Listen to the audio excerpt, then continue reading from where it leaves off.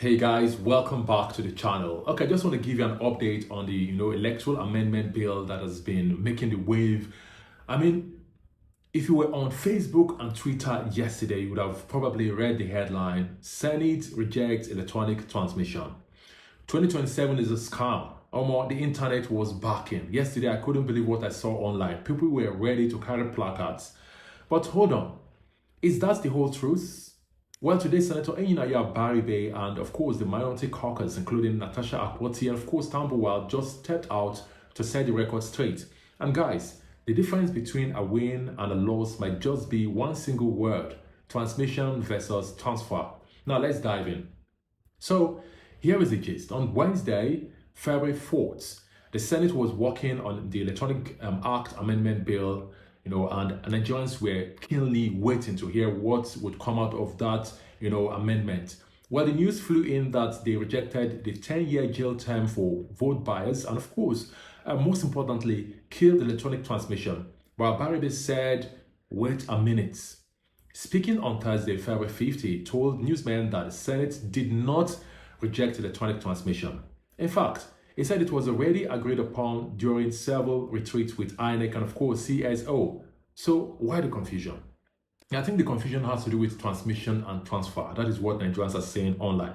Well, this is where it gets technical and you need to pay attention. Abaribe explained that what the Senate approved was electronic transmission, not electronic transfer. That is the confusion everybody is talking about. Now, what is the difference between transfer and transmission?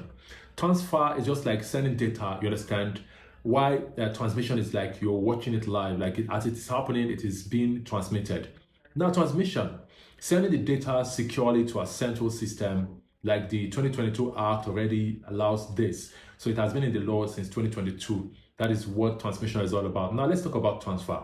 This is a more rigid legal term that some feared would make the whole election void if there was a tiny network glitch. Don't forget the last election, they said they had a network glitch, and of course the results could not be transmitted.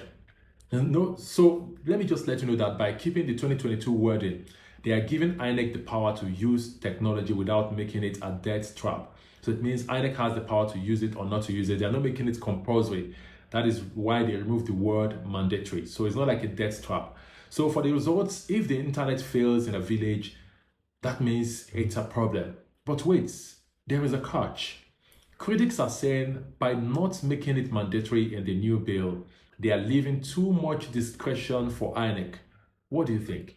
Because if they are telling INEC you have to use your discretion, INEC can decide, okay, we're not transmitting it electronically. They can say, okay, we have network problems, so at the end of the day, nothing will happen. So that is what it means. Removing mandatory transmission is not a good idea, because INEC now will not be using their discretion to do results, to release results, which would not make sense. And that was what the issue we had in the past election. So for my viewers in the UK and US, I know how big the debate was over mail-in ballots and, of course, electronic voting machines. You guys have gone through that particular route. That is why I'm asking you. Nigeria is going through that same evolution. Lawmakers like Natasha, Akpoti-Uduaghan, and of course Reti Kengibe are standing behind this Minority Caucus position. This position, they are standing behind it, and of course to ensure that when you vote in 2027, your results doesn't just disappear between the polling units and of course the collation center, just like it happened the last time. So did the Senate move us forward or backward? It looks like they're taking us backward by telling INEC that it's not mandatory. You can decide to transmit it or not to transmit it. It's not a death sentence. So Abaribe says they protected the 2022 gains, but the streets are still skeptical. Everybody's skeptical about this. So we do not know if INEC will be able to transmit the result like this. Since it is not mandatory, they have the power to say, okay, we do not want to use it. So is transfer really different from transmission? That is the big question everybody's asking right now. Or is this just English to confuse us? And don't forget, I went online earlier and I saw Nigerians, they were planning to occupy the National Assembly, that if all those bills, the important part of the bills, if they are not signed into law, there will be a problem, because, free and fair election will depend on those clauses of that bill.